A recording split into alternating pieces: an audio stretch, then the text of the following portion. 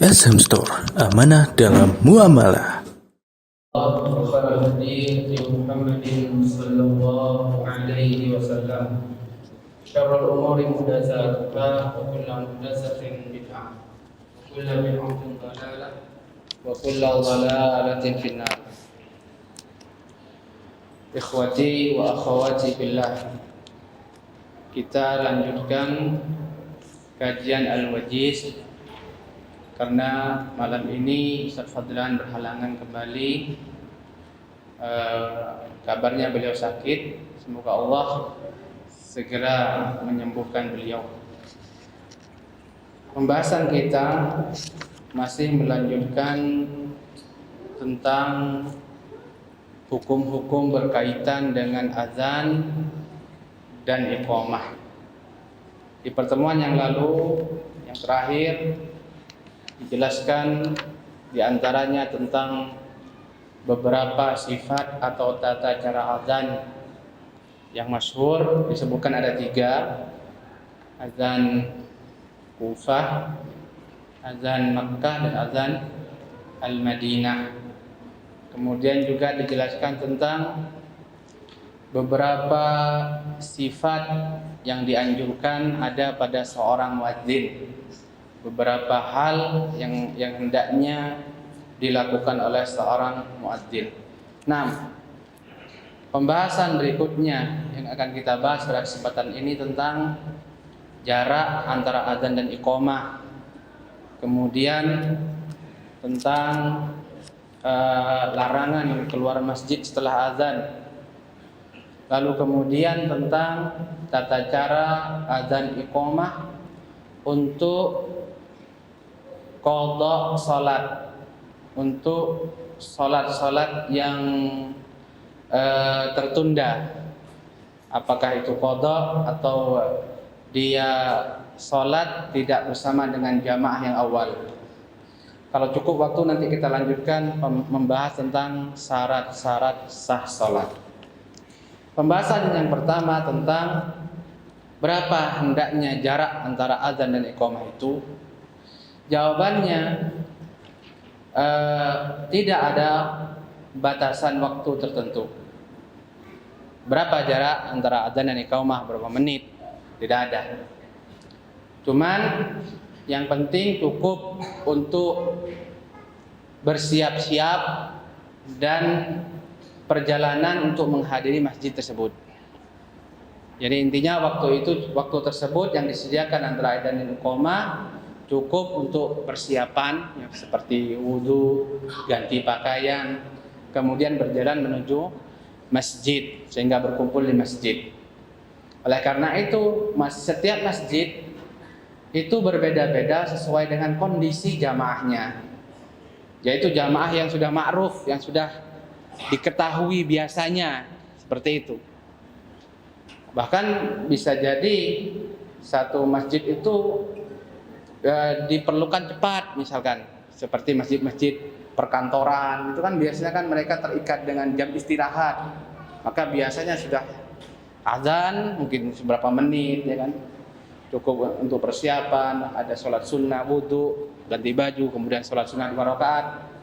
Nah, seperti itu. Jadi intinya tidak ada ketetapan batasan waktu tertentu antara azan dan iqamah. Yang penting setiap masjid itu memperhatikan kondisi jamaahnya secara umum, yaitu jamaahnya secara umum yang terbiasa juga ma'ruf berjamaah di tempat tersebut. Beliau mengatakan di sini, wa yanbaghi al-faslu bainal adhani wal iqamati biwaqtin yattasi' lit-ta'ahhub lis-salati wa huduriha. Hendaknya antara azan dan iqamah itu terpisah, ada jarak waktu yang cukup untuk ta'ahhub, bersiap-siap.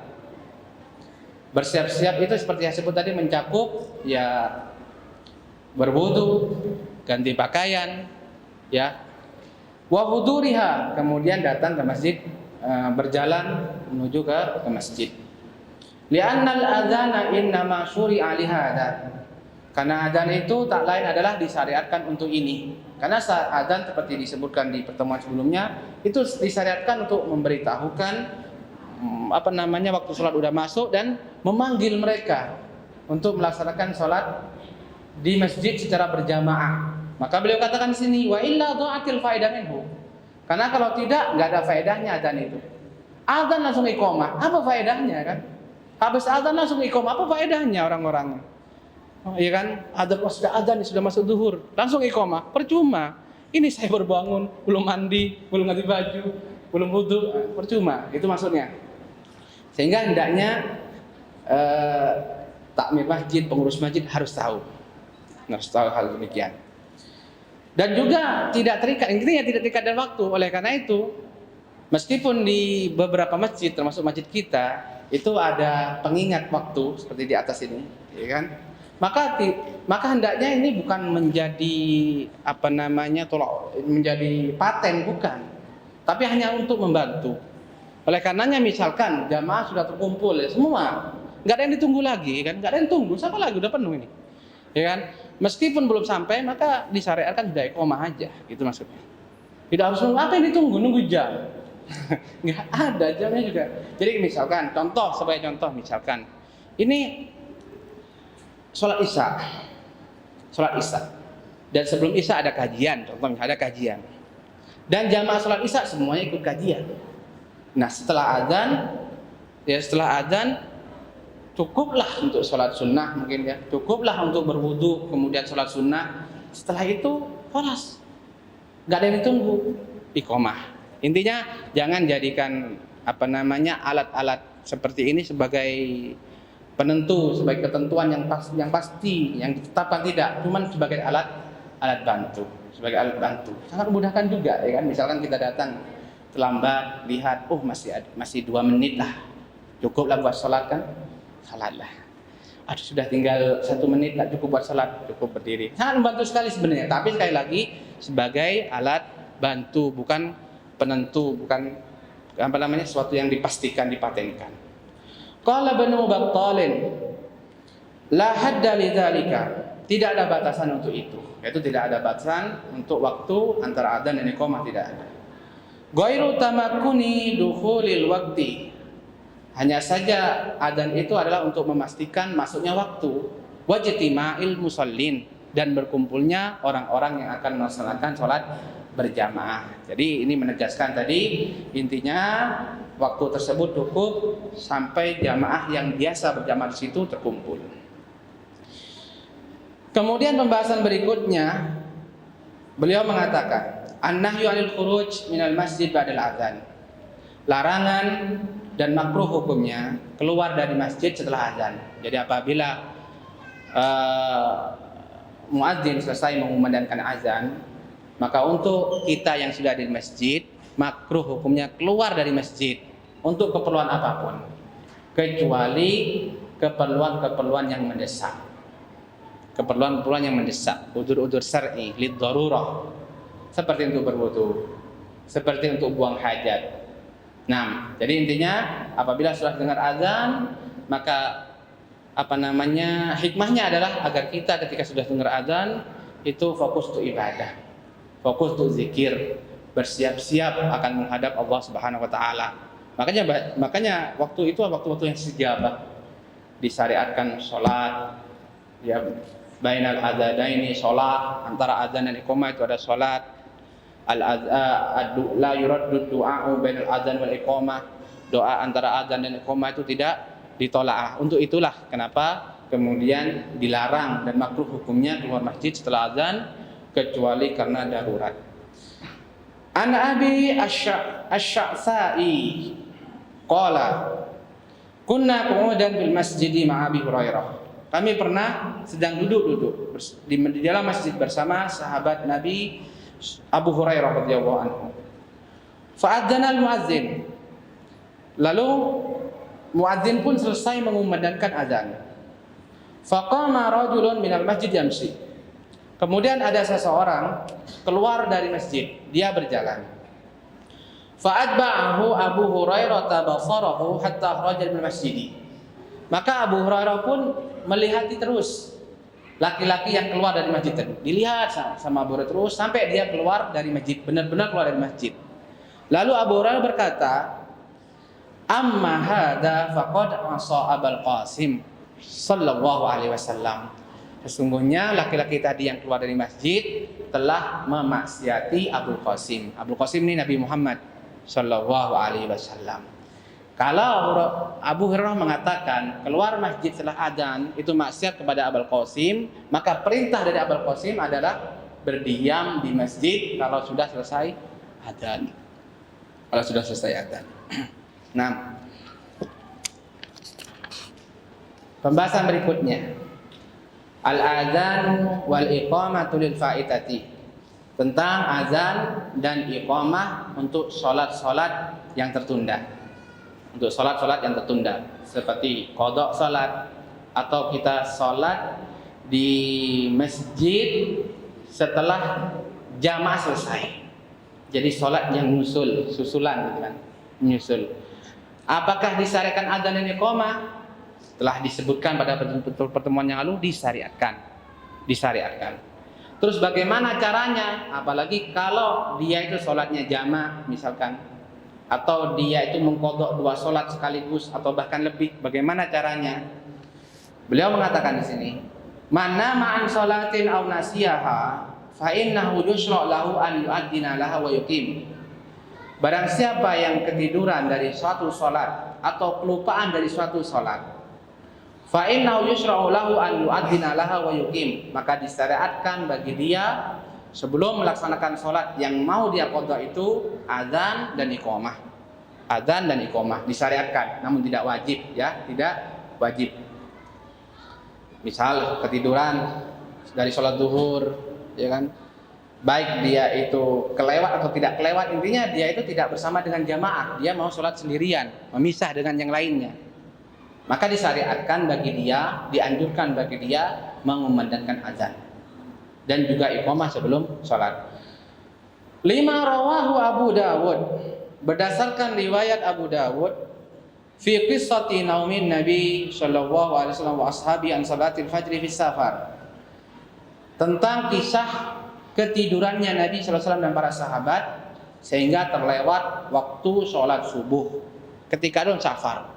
Jadi riwayatnya panjang ini disebutkan ini setelah pulang peperangan, jadi benar-benar lelah. Setelah pepulangan, dalam perjalanan setelah peperangan sangat lelah sekali, sehingga terus berjalan sampai tengah malam. Jadi malam sebenarnya masih jalan sampai benar-benar sudah tengah malam, benar-benar lelah. Rasulullah SAW meminta para sahabatnya untuk singgah di suatu tempat, jadi singgah menepi untuk istirahat. Awalnya Rasulullah SAW enggan untuk sholat, untuk tidur, karena takut kebablasan. Tapi sahabat Bilal melihat Rasulullah kelelahan, ya kan, maka silakan saya yang jaga. Maka betul, yang lain tidur, ini Bilal berjaga. Bagaimana dia nggak tidur? Maka Bilal pun naik ke ontanya, kendaraannya, ya biar nggak tidur, ya kan? Pada dalam keadaan yang lelah, sangat ngantuk, sampai diceritakan dia pegang ininya, dagunya gitu. Tapi qadarullah juga tidur. Juga ketiduran 16. Sehingga dan tidak membangunkan mereka kecuali panas matahari. Jadi benar-benar sudah terbit matahari baru bangun dan tanpa sholat subuh. Maka Rasulullah SAW pun memerintahkan Bilal untuk azan dan iqamah. Kemudian beliau sholat 2 rakaat sebelum subuh, seperti kita bahas sebelumnya. Itu riwayat yang sebelumnya kita bahas tentang sholat qadha sholat sunnah, ya kalau nggak salah. Dibahas di sini nggak? Oh, tempat lain loh tuh. Yaitu kemudian Rasulullah SAW sholat sunnah qobliyah atau sholat sunnah fajar, lalu kemudian sholat subuh dengan berjamaah dengan azan dan iqamah. Ini dalil yang menunjukkan bahwasanya disyariatkan azan dan iqamah untuk sholat yang kelewat atau untuk qadha sholat. Kemudian bagaimana apabila qadha sholatnya itu lebih dari 1 sholat, atau dia mau melaksanakan sholat dengan cara jamak, zuhur dengan asar atau maghrib dengan isya. Bagaimana adzannya? Bagaimana iqamahnya? Fa in ta'addadatil fawaid adzana adzanan wahidan wa aqama likulli shalah. Ini caranya.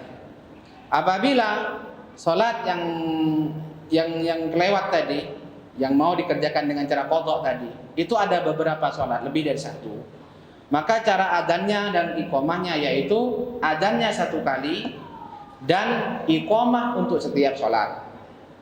Kalau salatnya 2 kali, adzannya sekali, iqamahnya 2 kali. Kalau salatnya yang dijamak itu 4, maka adzannya tetap sekali, iqamahnya 4 kali. Untuk setiap kali salat iqamah. Li hadis Ibnu Mas'ud, berdasarkan hadis Ibnu Mas'ud berkata, innal musyrikina syaghalu Rasulullah an arba'i shalawatin yaumal khandaq.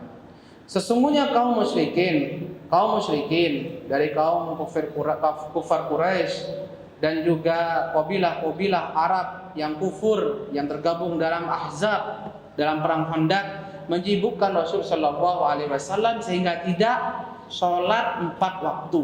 Sehingga tidak sholat 4 waktu zuhur, asar, maghrib dan isya. Hatta dhahaba minal laili masyaallah, sehingga malam pun berlalu, benar-benar berlalu sangat larut sekali. Sangat larut. Fa amara Bilalan fa'adzan. Lalu beliau sallallahu alaihi wasallam memerintahkan Bilal pun mengumandangkan azan. Summa aqama fa shalat dhuhra. Kemudian setelah azan, lalu Bilal iqamah untuk salat zuhur, lalu salat zuhur di malam itu. Setelah selesai salat zuhur, lalu Bilal aqama fa salat asar, iqamah lagi untuk salat asar. Summa aqama fa salat maghrib, kemudian iqamah lagi untuk salat maghrib, lalu salat maghrib. Summa aqama fa salat isya, lalu kemudian iqamah lagi untuk salat isya, lalu beliau mengerjakan salat isya. Jadi 1 kali azan dan iqamah untuk setiap kali salat. Nah, kalau kita pas safar atau hujan kemudian menjamak salat, maka seperti itu. Azan sekali, kemudian iqamahnya untuk setiap kali salat.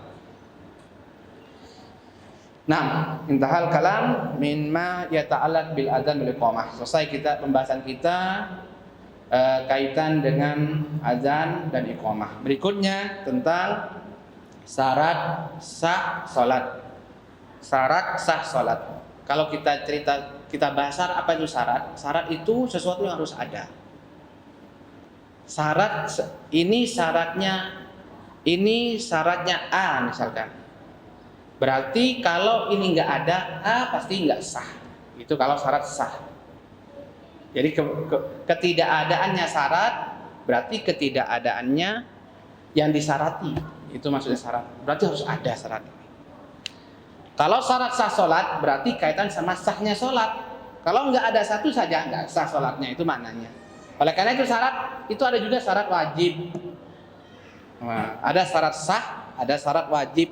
Kalau syarat wajib itu kalau nggak ada syarat ini berarti dia belum wajib melaksanakan salat.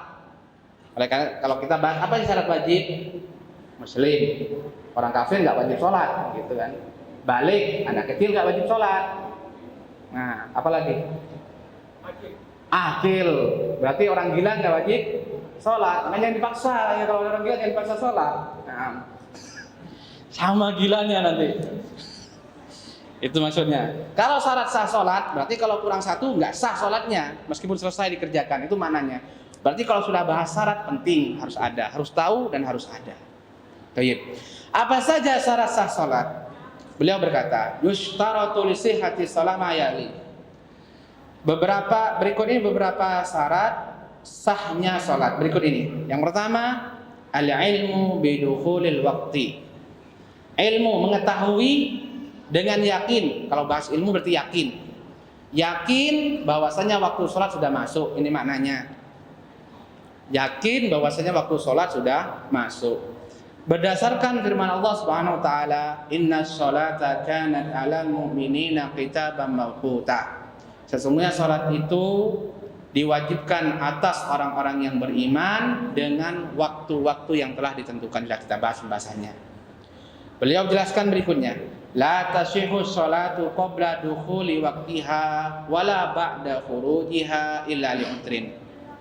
Tidak sah salat yang dikerjakan sebelum masuk waktunya dan tidak pula setelah keluar waktunya kecuali karena udzur.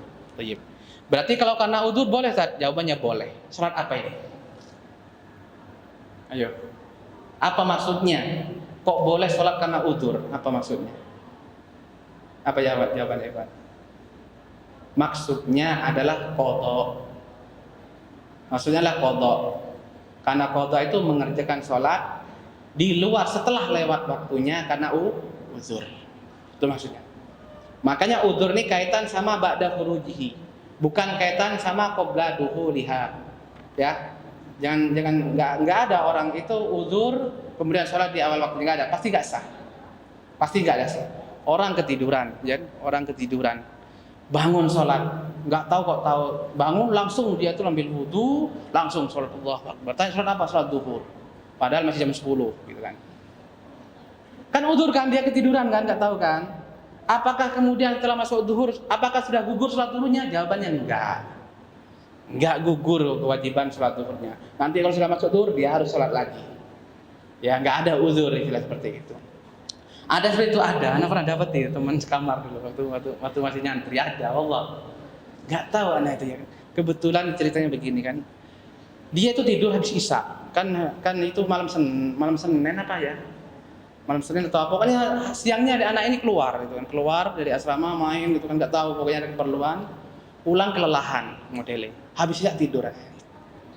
Kemudian pada jam 9 di asrama ada kumpul, panggil semua, kumpulan.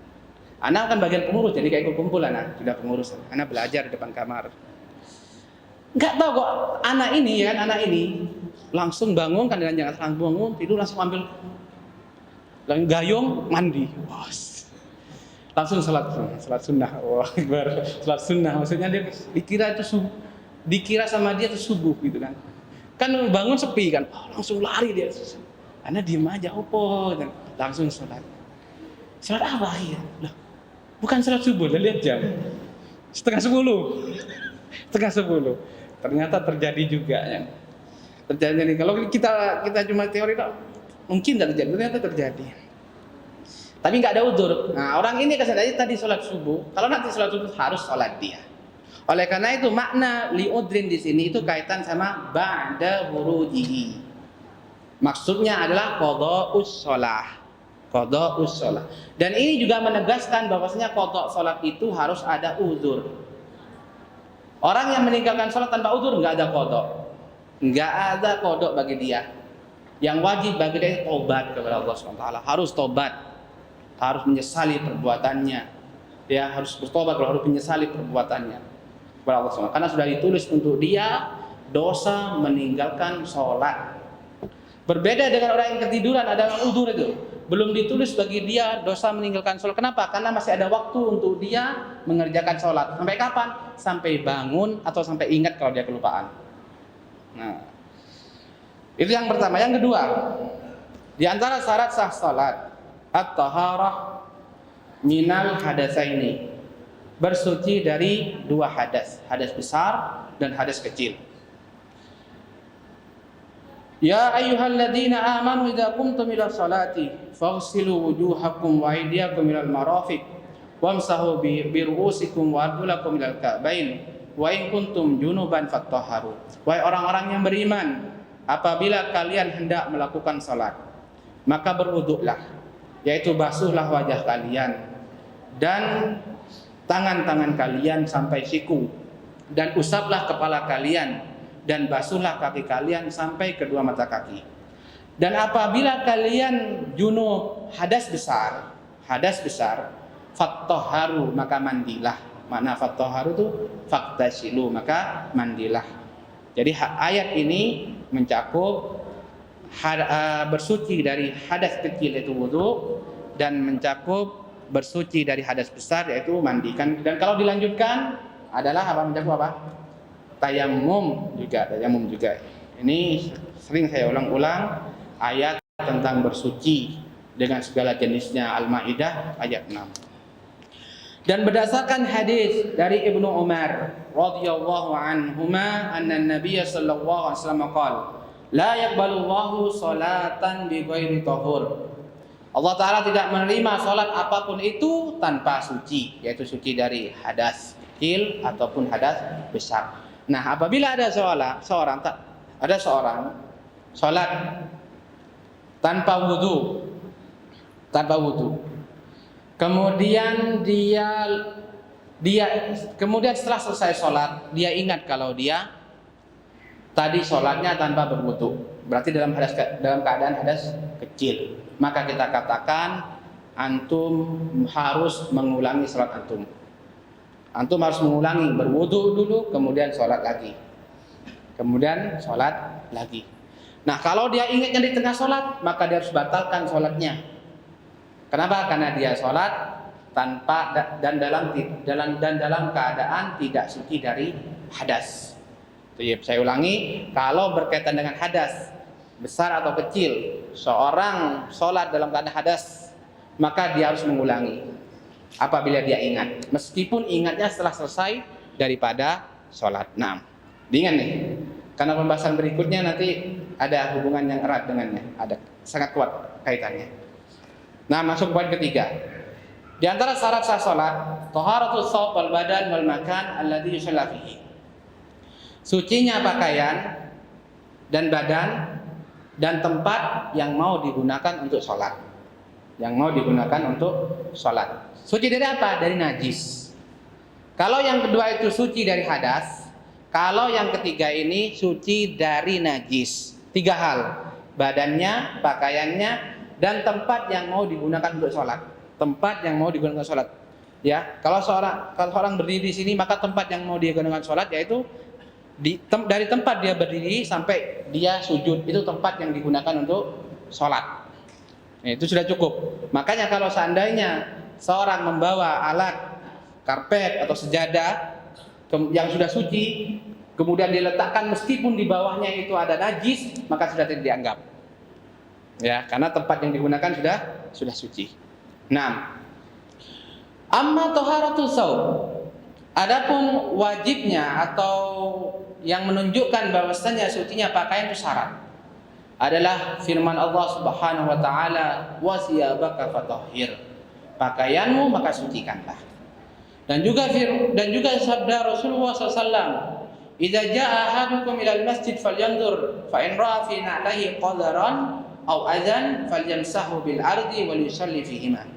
Apabila di antara kalian pergi ke masjid, maka sebelum masuk masjid hendaklah dia diam sebentar, melihat dulu. Apabila dia melihat pada kedua sandalnya ada kotoran, ada najis, maka sucikanlah dengan mengusapnya ke tanah. Lalu sholatlah menggunakan sandal tersebut, karena sandal tersebut sudah suci karena disucikan tadi. Adapun sucinya badan, berdasarkan sabda Nabi SAW kepada Ali ketika ditanya tentang madhi, dan madhi itu kan najis. Beliau bersabda, tawadda waqsil dzakaraka. Berwuduklah dan cucilah kemaluanmu. Tawadda ini menunjukkan keluarnya madhi menyebabkan hadas. Makanya disuruh berwudu, dan hadasnya ada kecil, makanya diperintahkan untuk berwudu. Madhinya sendiri itu najis. Meskipun najisnya najis mukhaffaf, najis ringan. Ya kan? Kita sebutkan dulu najis ringan itu bagaimana cara membersihkannya? Minimal itu dipercikan air aja, minimal. Tentu lebih bersih disiram. Tapi seandainya dipercikan itu sudah suci. Nah, intinya di sini lebih mengatakan waqsil dzakaraka. Cucilah kemaluanmu, bersihkanlah madhi yang ada di situ. Ketika Rasulullah merintahkan untuk mencucinya, menunjukkan madhi itu adalah najis.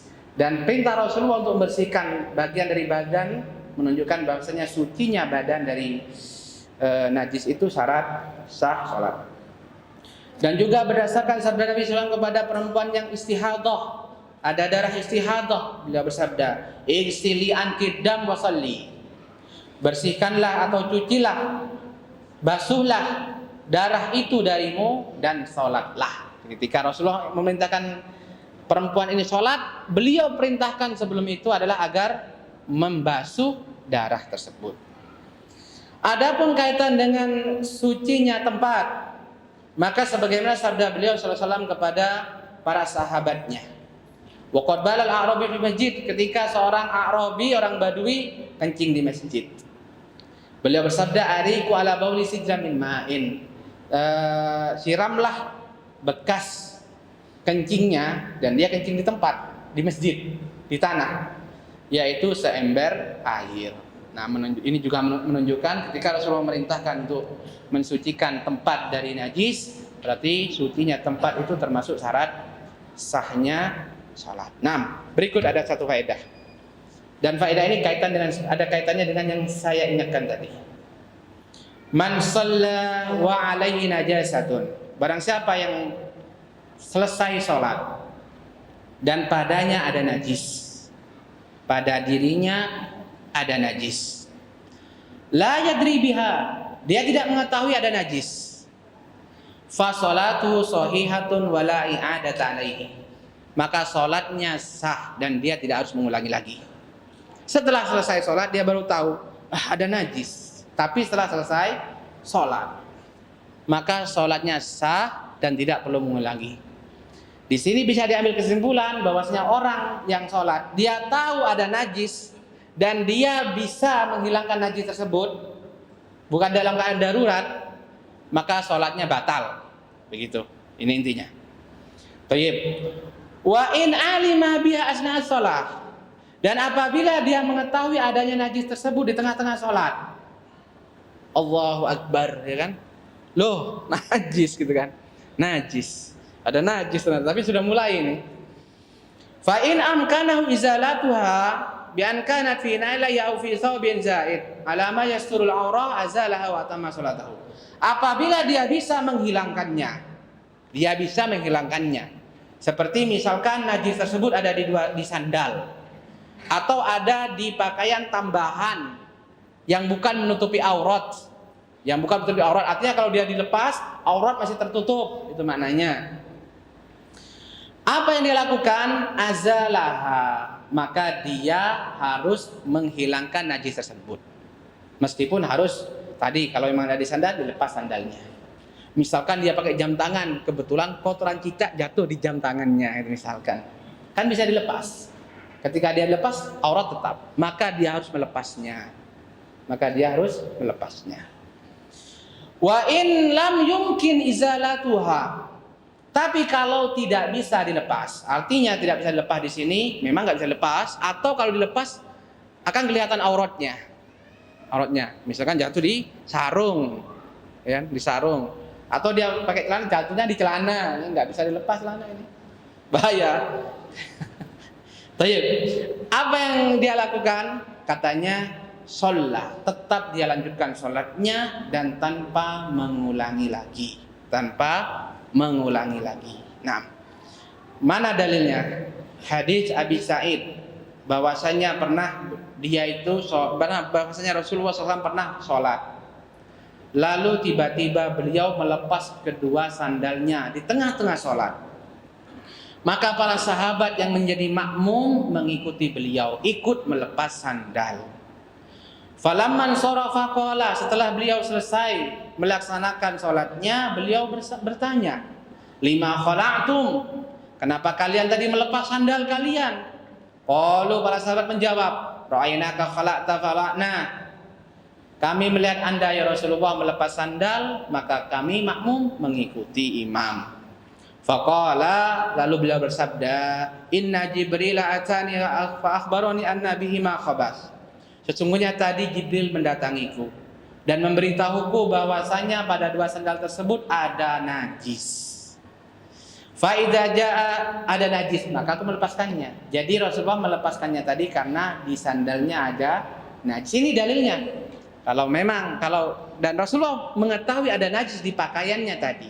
Jadi pakaian itu masuk bukan cuma baju ya, Tuan. Yang kita pakai ya peci gitu kan. Ya kalau jam tangan, itu kalau bahasa Arab namanya libas. Makanya kalau pakai bahasa itu istilahnya jalbas. Mada hal ana albasul sa'ah, albasut taqiyah, ya, albasut taqiyah, albasu alhiza, itu pakai albas, libas. Lalu beliau bersabda, fa idza jaa ahadukum ilal masjid falyandur, apabila di antara kalian datang ke masjid hendaklah dia melihat. Fa in ra'a fi na'lihi qadaran aw adha, apabila dia melihat pada dua sandalnya ada najis, falyamsahu bil ardi wal yusalli fihi ma, lalu maka usapkanlah sandalnya di tanah, lalu sholatlah dengan kedua sandal tersebut. Nah, ya apa poin yang untuk ambil tadi? Beda ya kan, perbedaan. Kalau kaitan dengan hadas, maka harus mengulang. Meskipun dia mengetahuinya itu setelah selesai sholat. Ya setelah selesai baru ingat, saya belum wudu nih, gitu kan. Padahal selesai, maka dia harus wudu dan mengulang sholatnya. Sholatnya tidak sah. Tapi kalau dia ingatnya itu najis, misalkan pakaiannya dia kena najis, dia kamar mandi, waktu buang air kena najis, dia tahu kena najis, tapi lupa, lalu dia sholat. Atau misalkan dia ada sarung najis di rumahnya, ya kan? Dia pakai sarung nggak najis. Kemudian waktu kamar mandi ketuker, gitu kan, ketuker. Sholat, setelah selesai sholat, lah karena kok pakai sarung ini kan yang najis. Tapi setelah selesai sholat, maka jawabannya adalah dia tidak perlu mengulangi sholatnya dan sholatnya sah. Nah, apa bedanya ya kawan? Sama-sama syarat yang ditinggalkan. Ya, sama-sama ingatnya itu setelah selesai sholat. Tapi yang kaitan sama hadas, dia harus mengulangi sholatnya nggak sah. Tapi yang kaitan sama najis, itu sholatnya tetap sah dan tidak harus mengulangi. Apa bedanya? Ya udah anak jawab kalau gitu. Jawab bedanya adalah karena pada asalnya badan kita, pakaian kita, tempat kita itu suci. Dan najis itu syai'un thari. Maka kalau kita lupa tadi sudah bersihkan najis yang di pakaian itu sudah dibersihkan apa enggak? Itu kan suci dulu baru ada najis baru kita bersihkan. Berarti suci apa najis dulu yang ada? Najis suci dulu baru najis datang. Adapun kaitan sama hadas dan bersuci, maka jawabannya mana yang dulu? Berhadas dulu, karena pada asalnya orang itu berhadas. Sampai apa? Sampai dia bersuci. Bisa dimengerti nggak? Sebagai contoh udah, kalau anak baru lahir, kita katakan badannya suci, dia suci apa najis? Suci. Sampai mungkin kena najis, baru dibersihkan najis dari dia. Tapi apakah dia berhadas atau enggak? Apakah dia berhadas atau sudah berwudu?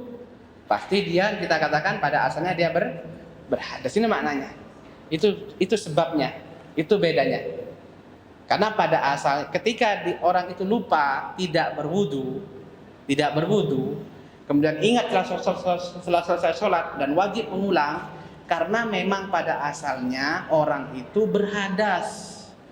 Pada asalnya berhadas. Nah, kalau antum ragu, saya ini sudah wudu apa enggak? Ragu nih ya kan, enggak ada 50-50. Maka yakinnya itu antum tidak berwudu, yakinnya. Karena pada asalnya antum enggak wudu. Gitu. Kemudian yang kedua, kaitan sama najis, sama suci sama najis. Kalau tadi kan suci sama hadas, sekarang suci sama najis. Ini pakaian saya ini seminggu ini nggak ganti-ganti misalkan nih. Nggak ada tapi insya Allah ya. Seminggu ini sarung nggak ganti-ganti nih sarung anak nih, atau celana nih seminggu nggak ganti-ganti. Kemudian antum ragu, ini suci apa najis ya? Suci apa najis? Ragu bukan kalau kemarin saya kencing kena, itu yakin namanya itu. Ini ragu. Pernah kena air kencing apa enggak? Pernah kena najis apa enggak? Ragu. Maka yakinnya mana? Yakinnya adalah bahwasanya pakaian tersebut suci dan najis syai'un thari. Ini perbedaannya. Kenapa para ulama membedakan hukumnya? Wallahu taala alam bissawab.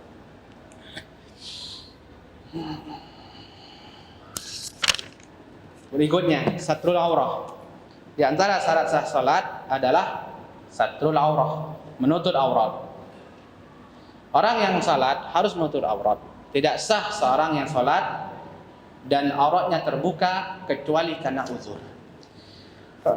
Dalilnya firman Allah Subhanahu wa taala, "Ya bani Adam, khudhu zinatakum 'inda kulli masjidin." wahai anak cucu Adam, ambillah pakaian-pakaian kalian dalam setiap kali masjid. Para ulama menjelaskan tafsir ayat ini, usturu auratikum, tutuplah aurat-aurat kalian. Makna khudhu zinatakum yaitu usturu auratikum. Beliau mengatakan, ini belum kata sini. Usturu auratikum wa kanu yatufuna bil baiti uratan. Yani maksudnya adalah tutuplah aurat-aurat kalian, karena dahulu orang-orang jahiliyah mereka biasanya kalau melaksanakan tawaf dalam keadaan telanjang. Dan berdasarkan sabda Nabi SAW, la yaqbalullahu salata haidin illa bi khimar.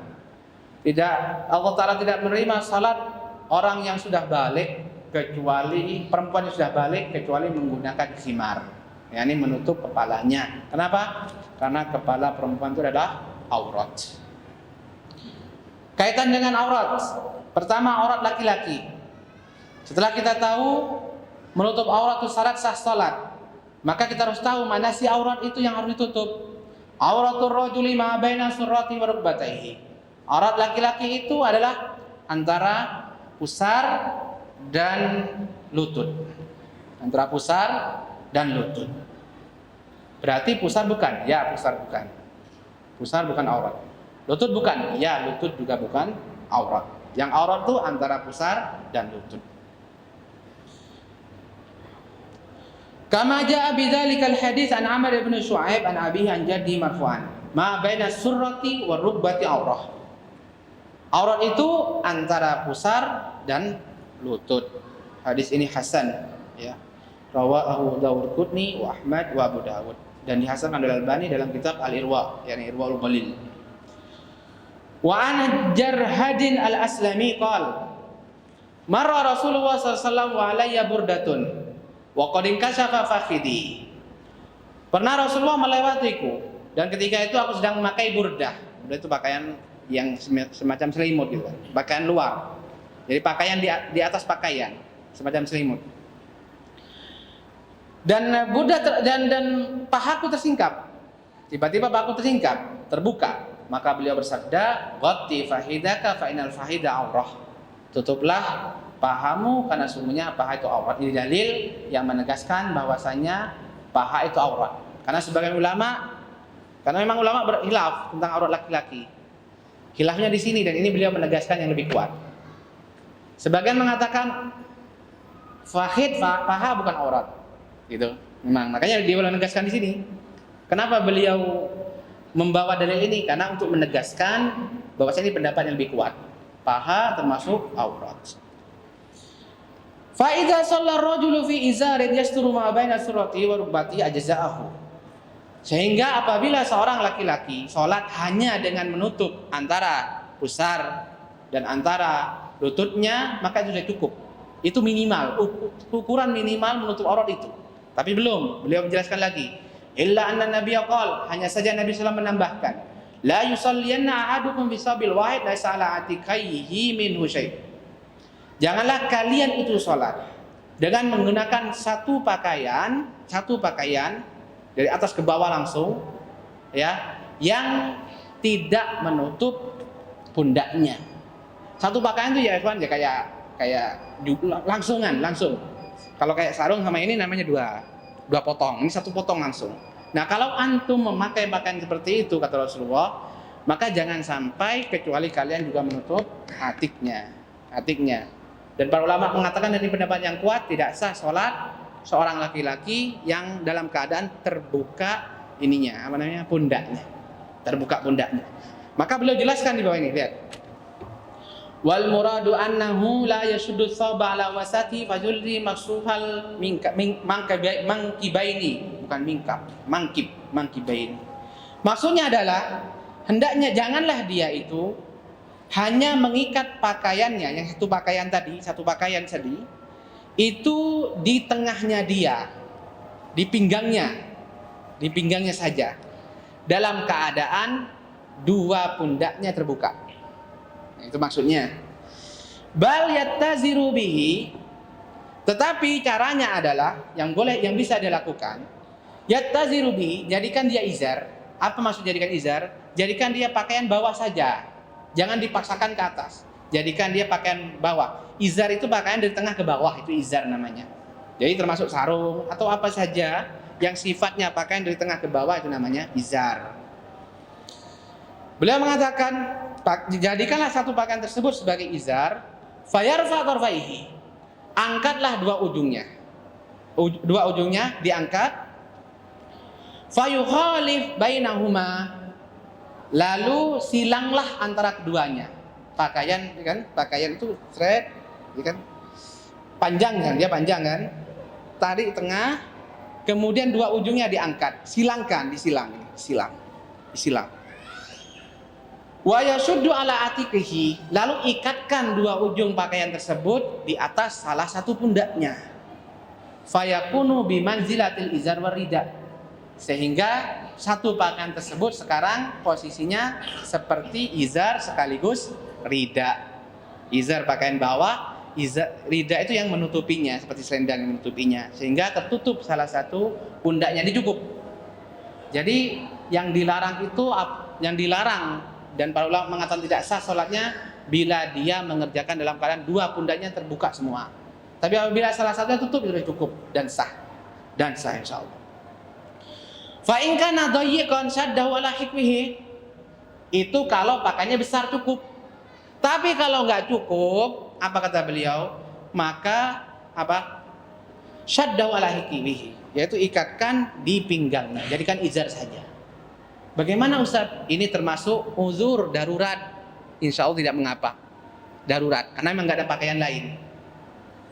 Dan ini dalilnya panjang. Dan Anda ingat betul, itu dipraktikkan. Kalau antum nggak kebayang kan? Nggak ada orang yang kekurangan pakaian seperti ini. Tapi Anda lihat dengan mata kepala sendiri. Teman-teman Anda, saya suka kamar tuh anak-anak Filipin.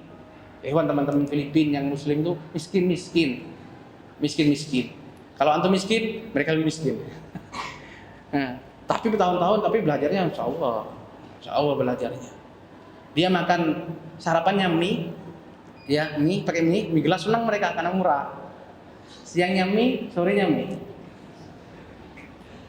Ini kalau sudah akhir bulan nih kan sudah mepet banget. Mereka itu punya kebiasaan buruk. Bagi kita baik, bagi mereka kayaknya. Apa? Kalau pagi habis subuh tidur sampai jam 9, jam 10. Anak sampai jengkel. Anak tanya, karena kebetulan teman-teman ini kelasnya siang. Anak tanya, sampai jengkel anak ini, tanya terpaksa kan. Sebenarnya takut tersinggung tapi tanya karena sudah jengkel, anak ketua kamar tanya. Ternyata biar apa? Biar menghemat makanan. Nanti makannya di jamak takhir. Siang.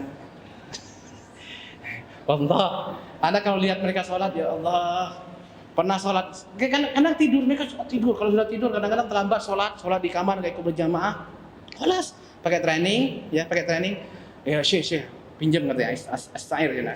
Karena anak biasanya naruh sarung, kadang-kadang sarung enggak, astair izar katanya. Bukan dipakai izar anak, bukan dipakai enggak. Tadi buat nutupin ini, nutupin pundaknya. Allah ada ya kan. Allah ada. Anak lihat sendiri. Sering. Tapi selesai itu 7 tahun selesai belajar, kuat mereka. Jauh dari keluarga. Ada yang punya anak, punya istri tinggal. Untung nggak ada yang dipikirin kok. Manja. Baik, demikian yang dapat disampaikan. Berikut ini beliau masukkan syarat yaitu istiqbalul kiblah. Sementara para ulama yang lain sebagian tidak memasukkan istiqbalul kiblah ini masuk syarat, tapi masuk rukun karena sudah bagian dalam dari sholat, bukan di luar sholat. Mudah-mudahan bermanfaat. Sallallahu alaihi Muhammad wa ala alihi wasallam. Wa akhiru da'wana alhamdulillahi rabbil alamin. Assalamualaikum warahmatullahi wabarakatuh.